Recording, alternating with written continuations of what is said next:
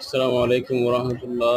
আজকে সকালবেলা আইসাফিয়া দরবার শরীফ পক্ষ থেকে পবিত্র ঈদ মিলাদ নবী সাল্লাম উপলক্ষে জশ্ন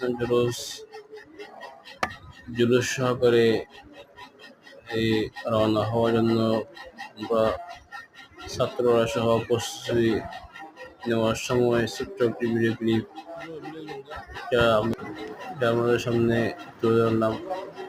আইসাফিয়া দরবার শরীফ থেকে আমরা জুলুস বাইর হয়ে এই আশেপাশে সড়ক প্রদক্ষিণ করে আবার মাদ্রাসা ময়দানে